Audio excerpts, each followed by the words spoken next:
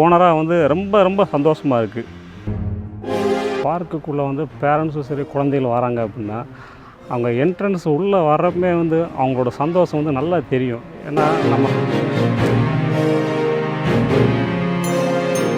எங்கள் பார்க்கில் வந்து பார்த்திங்கன்னா வர ஏப்ரலில் வந்து டேஷிங் கார் சொல்லி ஒரு புதுசாக ஒன்று கொண்டு வர போகிறோம்.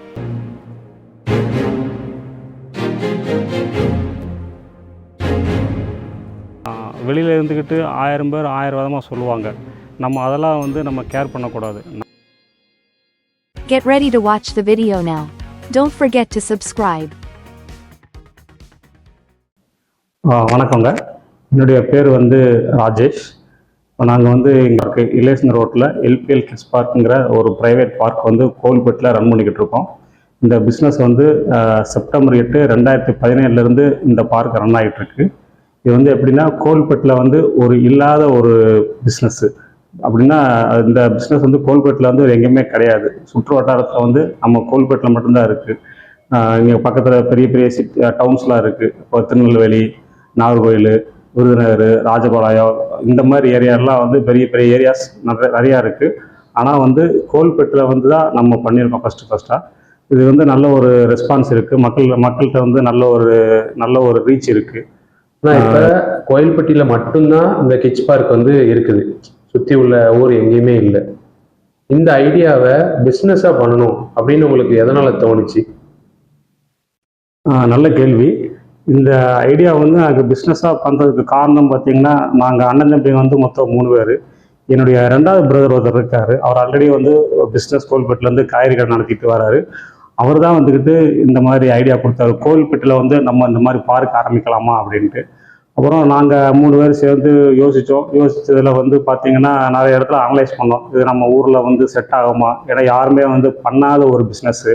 இந்த பிஸ்னஸ் நம்ம கோவில்பேட்டில் புதுசாக பண்ணுறப்போ எந்த அளவுக்கு நமக்கு இருக்கும், அதுக்கு உண்டான இன்வெஸ்ட்மெண்ட் என்ன பண்ண வேண்டியிருக்கும், ரிட்டர்ன்ஸ் எப்படி எடுக்க வேண்டியிருக்கும். ஸோ இந்த மாதிரி ஒரு சில நிறைய கேள்விகள் வந்து எங்களுக்குள்ளேயே வந்து நாங்கள் அனலைஸ் பண்ணிட்டு சரி ஓகே பண்ணலாம் அப்படின்ட்டு ஆரம்பித்தது அந்த ப்ராஜெக்ட். அது போக வந்து இது பேஸ்ன்னு பார்த்திங்கன்னா நம்ம ஊரில் செம்பொலி தாய் அந்த ஒவ்வொரு வருஷமும் வந்து நம்ம அந்த திருவிழா கொண்டாடுறப்போ கூட்டம் வந்து அவ்வளோ கூட்டமாக இருக்கும். இப்போ திருவிழா முடிஞ்சதுக்கப்புறம் பார்த்திங்கனாலும் அந்த ஒரு பொருட்காட்சி திடலில் வந்து பார்த்திங்கன்னா அவ்வளோ கூட்டம் இருக்கும்.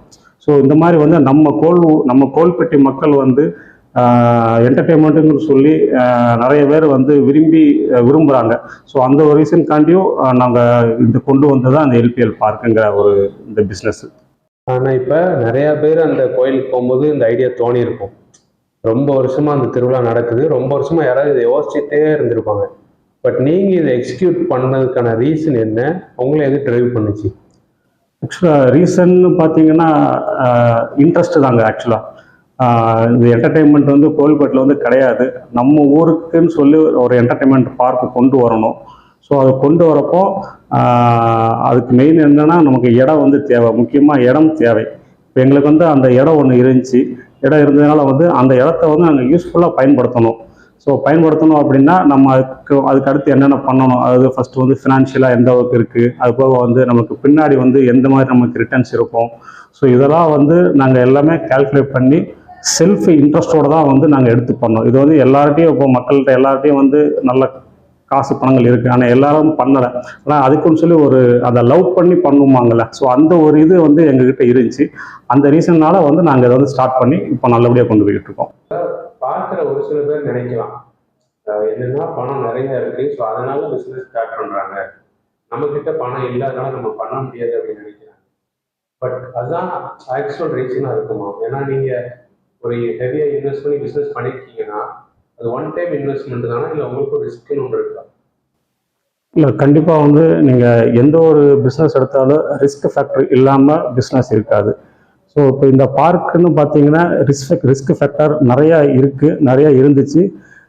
அதெல்லாம் வந்து நாங்கள் ஓவர் கம் பண்ணி தான் ஸ்டெப் பை ஸ்டெப்பாக தான் கொண்டு வந்தோம். இப்போ பணம் இருந்ததுனால வந்து நாங்கள் வந்து இன்வெஸ்ட் பண்ணலாம். நாங்களும் வந்து ஆரம்பத்தில் வந்து எங்ககிட்ட என்ன ஃபண்டு இருக்கோ அதை வச்சு தான் ஆரம்பித்தோம்.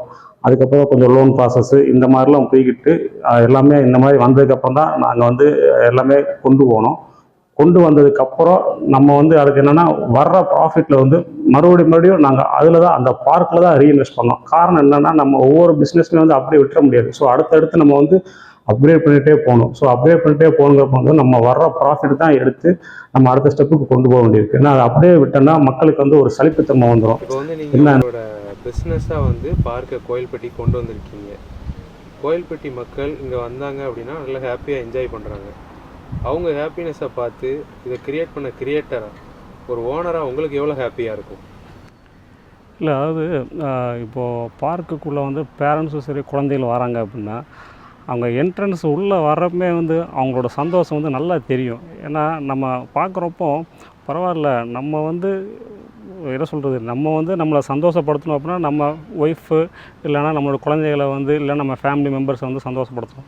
இது வந்து ஒரு வெளியில் ஆட்களை சந்தோஷப்படுத்துங்கிறப்போ வந்து இது வந்து ரொம்ப பெரிய விஷயம். ஏன்னா உள்ளே வந்தோடனே குழந்தைகள் அவ்வளோ சந்தோஷமாக வராங்க. ரைடு இதுக்கு போகலாமா அதுக்கு போகலாமான்னு சொல்லி விளாட்றாங்க. அதை பார்த்து அவங்க பேரண்ட்ஸும் சந்தோஷப்படுறாங்க. ஸோ அவங்களோட பேரண்ட்ஸ் வந்து குழந்தைகளை பார்த்து அவங்களும் வந்து ரொம்ப ஒரு பெரிய அவங்களுக்கு ஒரு ரிலீஃப் கிடைக்குது. அவங்களும் என்ன சொல்கிறாங்க அப்படின்னா, நாங்கள் வீட்டில் உட்காந்துக்கிட்டு லேடிஸ் வந்து நாங்கள் கிச்சனில் இருப்போம், இல்லைனா வேறு ஏதாவது ஒர்க்கிங் பீப்புள்ஸ்னால் ஒர்க்கில் இருப்போம். ஸோ அதெல்லாம் தாண்டி நாங்கள் இங்கே வரப்போ எங்களுக்கு வந்து ஒரு பெரிய கிரேட் ரிலீஃப் இருக்குது.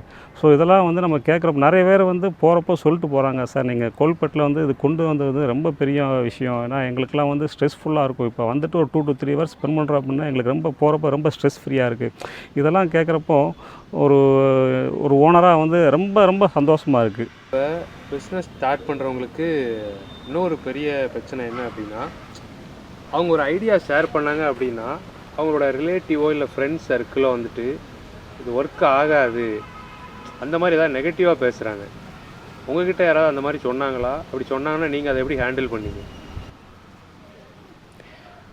இல்லை, அதாவது நிறைய பேர் வந்து சொன்னாங்க, அதாவது ஏன் இவங்க இதில் இன்வெஸ்ட் பண்ணதுக்கு வேற ஒரு பிஸ்னஸில் இன்வெஸ்ட் பண்ணியிருக்கலாமே. நிறைய பேர் வந்து கேட்டுட்டு போயிருக்காங்க. ஆனால் வந்து ஒவ்வொருத்தருக்கும் ஒவ்வொரு இன்ட்ரெஸ்ட் இருக்கும் இல்லைங்களா. ஸோ எங்களுக்கு எதில் இன்ட்ரெஸ்ட் இருக்கோ நம்ம அதில் தான் பண்ண முடியும்.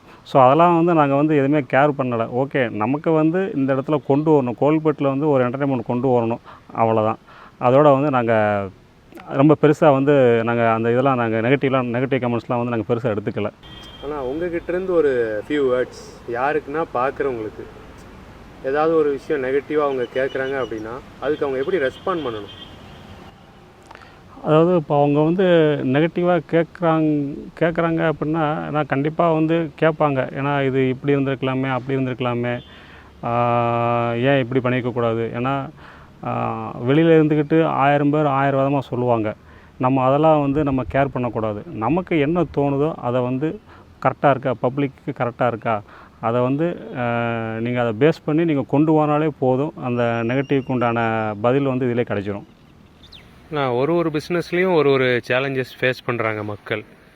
உங்கள் பிஸ்னஸில் சேலஞ்சஸாக நீங்கள் எதுவும் ஃபேஸ் பண்ணுறீங்களா?